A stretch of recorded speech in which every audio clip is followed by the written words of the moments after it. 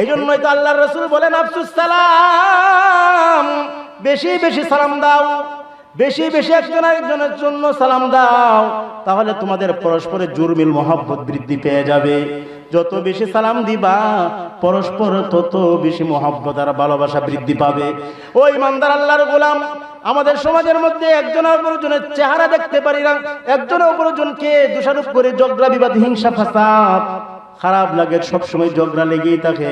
সমাজের মধ্যে আছে, নিজের ঘরের মধ্যে আছে, বাবা সন্তানকে দেখতে পায় না, সন্তান বাবার সাথে মিল নাই, স্ত্রী স্বামীর সাথে মিল নাই, স্বামী স্ত্রীর সাথে মিল নাই, ঝগড়া বিবাদ হিংসা ফাসাদ।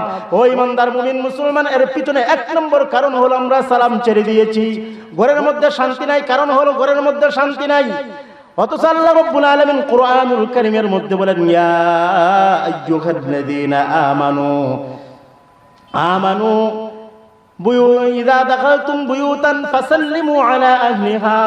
আল্লাহ পাক রব্বুল আলামিন বলেন, যখন তোমরা ঘরের মধ্যে প্রবেশ করবা, ফাসাল্লিমু আলা আহলিহা, ঘরওয়ালাদেরকে সালাম দিবা, ঘরে যারা আছে তাদেরকে সালাম দিবা। সালাম, ও মুসলমান, কোন বান্দা যদি তার ঘরের মধ্যে প্রবেশ করার সময় সালাম দেয়, সালাম দিয়ে তারপরে ঘরে প্রবেশ করে, বিশ্বনবী রাহমাতুল লিল আলামিন বলেন, ওই ঘরের মধ্যে এক নম্বর শয়তান প্রবেশ করবে না, দ্বিতীয় নম্বর হলো ওই ঘরের মধ্যে রহমত বরকত হবে, তৃতীয় নম্বর ওই ঘরের মধ্যে ঝগড়া ফাসাদ হবে না। আল্লাহু আকবার বলেন, আর আওয়াজ দিয়ে বলেন আল্লাহু আকবার।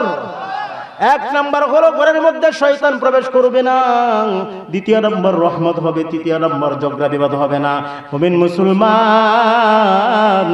আমরা আজকে থেকে প্রতিদিন যখন এই ঘরে প্রবেশ করব সালাম দিতে পারবো নি? পারবো? হ্যাঁ, দিব নি ইনশাআল্লাহ। বরকতের দরজা কে খুলে দিবেন? আল্লাহ। বরকতের দরজা কে খুলবেন? উচ্চ আওয়াজে বলুন আল্লাহ বরকতের দরজা খুলে দিবেন।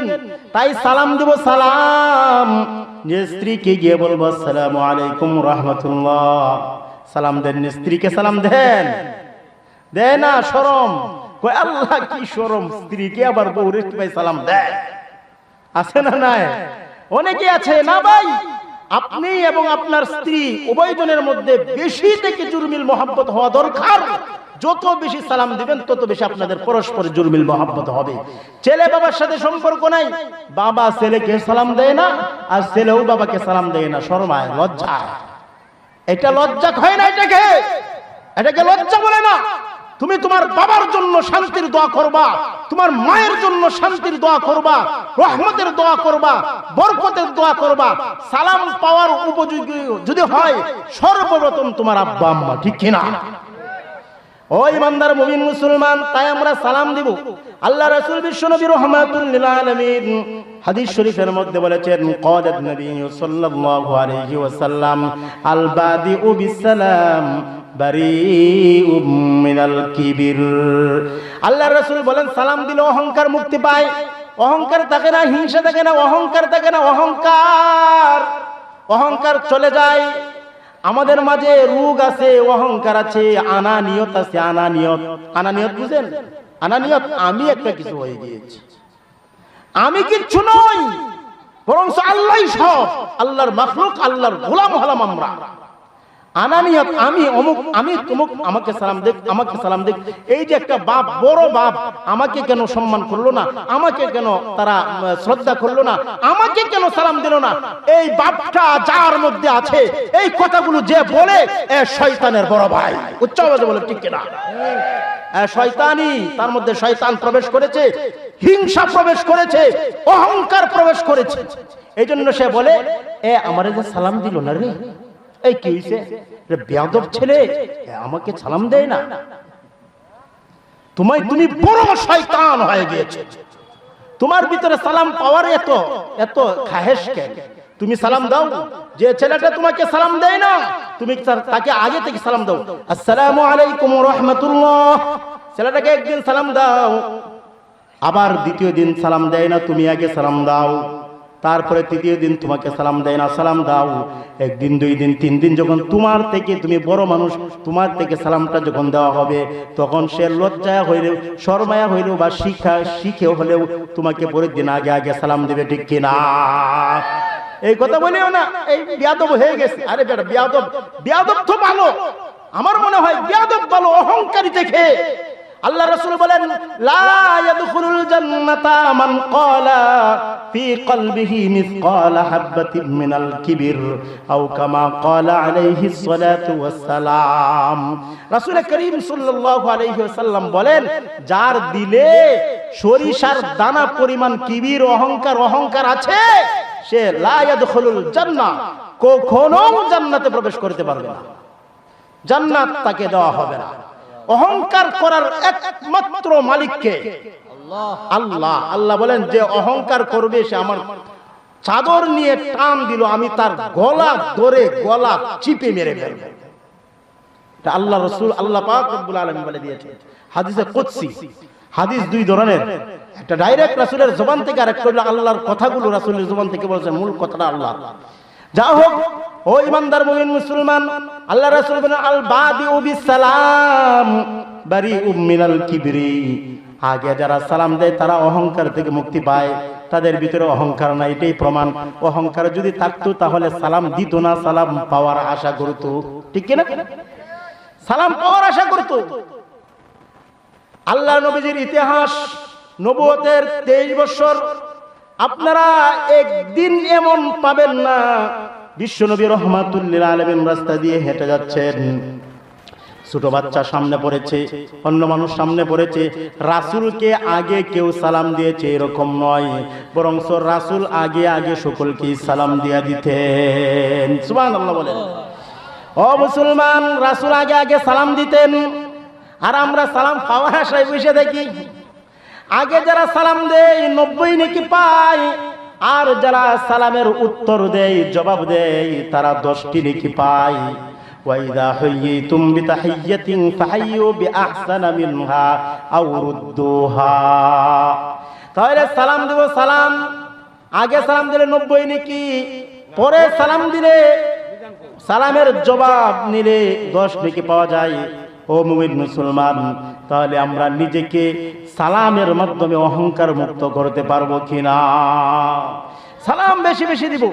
আল্লাহ রাসূল বিশ্বনবী রাহমাতুল লিল আলামিনের হাদিস, বিশ্বনবী রাহমাতুল লিল আলামিন বলেন, আল্লাহ পাক যখন আদম আলাইহিস সালাতু ওয়াস সালামকে সৃষ্টি করলেন, তখন আদমকে সৃষ্টি করার পর 40,000 বছর পর্যন্ত এরকম মাটির কঙ্কাল হিসাবে ফেলে রাখলেন। 40,000 বছর পরে আদম নবীর মধ্যে রূহ দিলেন। রূহ দেওয়ার পর আদম নবী আস্তে আস্তে এরকম বসলেন, দাঁড়াইলেন। তারপরে আল্লাহ রাব্বুল আলামিন বললেন, আদম, ওই যে ফেরেশতার দলেরা বসে আছে তাদের কাছে যাও। যাওয়ার পরে তারা বলবে, আসসালামু আলাইকুম ওয়া রাহমাতুল্লাহ। তুমি তাদেরকে আসসালামু আলাইকুম ওয়া রাহমাতুল্লাহ বলবা। তারপরে তারা যে উত্তরটা দেয়, উত্তরটাও তুমি নিয়ে আসবা। আল্লাহর পয়গম্বর হযরত আদম আলাইহিস সালাতু ওয়াস সালাম ওই জায়গায় গেলেন, যে আসসালামু আলাইকুম ওয়া রাহমাতুল্লাহ বললেন।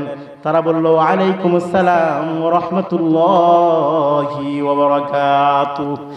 তারপরে আল্লাহর পয়গম্বর হযরত আদম এই সালামটা নিয়ে চলে আসলেন। আল্লাহ পাক বললেন, কিয়ামতের আগ পর্যন্ত তো সকল উম্মত, তোমার সকল বান্দাদের সাক্ষাতের সময় এই কাজটাই করতে হবে। সাক্ষাৎ হবে তো সালাম দিবে, সাক্ষাৎ হবে তো সালাম দিবে। সালাম দেওয়ার পরে জবাব দিবে, ওয়া আলাইকুমুস সালাম ওয়া রাহমাতুল্লাহি ওয়া বারাকাতুহু। ইমানদার মুমিন মুসলমান, আল্লাহর রাসূল হাদিস বলেছিলেন, আফসুস সালাম, তোমরা সালামের প্রচার প্রসার করো। এই কথা বলার পরে সাহাবায়ে কেরাম এত বেশি সালাম দিতেন, এত বেশি সালাম দিতেন। দুইজন সাহাবী একসাথে হাঁটতেছেন, একসাথে হাঁটতে হাঁটতে যাইতেছেন। মাঝখানে একটা বড় গাছ পড়ে গেল। গাছটার আড়ালে একজন গাছের এক পার্শ্ব দিয়ে অপরজন আরেক পার্শ্ব দিয়ে যায়, আবার মিলিত হলো, আবার সালাম দিল, আসসালামু আলাইকুম ওয়া রাহমাতুল্লাহ।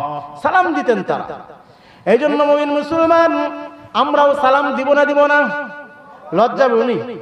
আরেকজন থেকে সালাম পাওয়ার আশা রাখবো? আর আরেকজন থেকে সালাম পাওয়ার আশা রাখবো, না সালাম দিয়া দিব?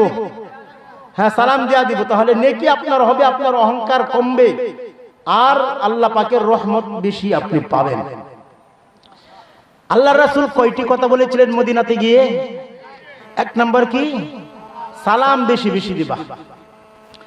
আল্লাহর রাসূল বিশ্বনবী রাহমাতুল লিল আলামিন বলেন, আফসুস সালাম ওয়া আতঈমুত তুআম।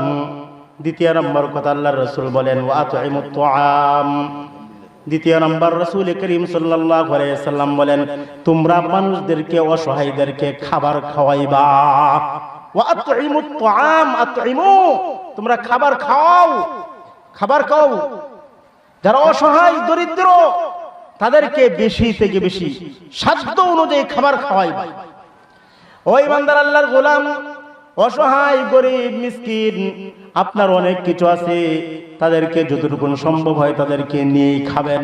আশপাশে যারা আছে গোস্ত পাক করলেন, একটু ঝোলটা বাড়াইয়া দিবেন, একটু বাড়াইয়া দেওয়া হলেও তাদেরকে আপ্যায়ন করবেন। আপনার কাছে কেউ চাইলো, আল্লাহর নামে চাইলো, যদি যতটুকু সম্ভব হয় তাদেরকে চাওয়া পূরণ করার চেষ্টা করবেন, দিবেন। বরকত দিবেন কে? উপরওয়ালা আল্লাহ আপনার খাবারের মধ্যে বরকত দান করবেন, রিজিকের মধ্যে বরকত দান করবেন, অন্যান্য কাজ করবের মধ্যে আল্লাহ পাক বরকত দান করবেন। সাবধান, কোনো দিনেই যেন আমরা এই কাজ না করি। আমাদের অর্থ সম্পদ আছে থাকলেই যে আমি অপরকে হ্যায় পরিপূর্ণ করব, এরকম নয়, বরং আমরা যতটুকু সামর্থ্য হয় অপর মানুষকে খাওয়াবো। আমি একটা হাদিসের মধ্যে পড়েছি, সম্ভবত তিরমিজি শরীফের মধ্যে আছে, আল্লাহর নবী বিশ্ব নবী রাহমাতুল লিল আলামিন বলেন, যদি কেউ আল্লাহর সন্তুষ্টির জন্য কোনো মুমিন মুসলমানকে একবার খাওয়ায়, এক ওয়াক্ত খাওয়ায়, এই খাওয়ানোর পরিবর্তে, খাওয়ানোর বদলায় আল্লাহ খুশি হয়ে যান, আর আল্লাহ খুশি হয়ে ওই বান্দা এবং জাহান্নাম 500 বছরের রাস্তা দূরে সরাইয়া দেন। এই জন্য খাওয়াইতে হবে। আল্লাহর রাসূল বলেন, ক্বালান নবী সাল্লাল্লাহু আলাইহি ওয়াসাল্লাম, লা তুসাহিব ইল্লা মুমিনা ওয়া লা তাকুল তুআমাকা ইল্লা তাকিয়া। আল্লাহর রাসূল বলেন, তুমি সাথী বানায়ো না মুমিন ছাড়া অন্য কাউকে অন্তরঙ্গ সাথী বানায়ো না। ওয়া লা তুআমাকা ওয়া লা তাকুল তুআমাকা ইল্লা তাকিয়া, মুত্তাকি দিনদার মানুষ ছাড়া অন্য কাউকে খাওয়ায়ো না। খাওয়ানোটাও একটা বড় ইবাদত, অনেক বড় ইবাদত, অনেক বড় ইবাদত। লিসাইলি ওয়াল মাহরুম, কুরআনুল কারীমের মধ্যে আসছে লিসাইলি ওয়াল মাহরুম। আপনার আমার সম্পদ, ওই সম্পদের মধ্যে সায়েল, ভিক্ষুক, ওয়াল মাহরুম, বঞ্চিত মিসকিন, তাদের হক আছে না নাই? তাদেরও হক আছে। তাদেরকে, তাদের টাকা পয়সা অর্থ করি নাই, এই জন্য তাদেরকে একেবারে ঘৃণা বা নিচু মনে করা চলবে না, এটা যাবে না। এটা আল্লাহ পাকিয়ে দিয়েছেন।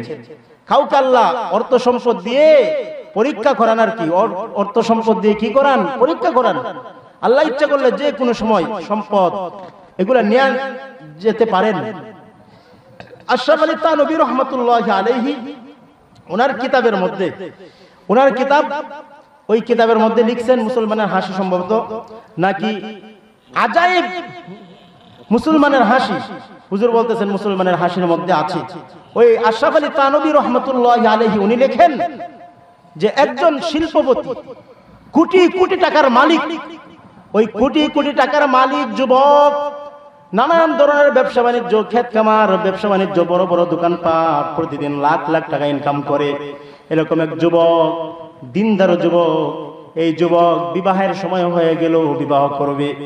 গোটা দেশের মধ্যে অনেক তথ্য তালাশ নিয়ে একটা রূপসী সুন্দরী যুবতী একটা মেয়েকে পেয়ে গেল, অত্যন্ত সুন্দরী মেয়ে। ওই মেয়েটাকে বিবাহ করলো। দীর্ঘদিন পর্যন্ত একবারে তারা চলাফেরা করে, উঠা বসা করে, কোনো সমস্যা নাই। হঠাৎ করে একদিন তাদের এই ছেলের মা বাবা, ভাই বোন, আত্মীয় স্বজন সবাই চলে গেল, কোথাও বেড়াইতে চলে গেল।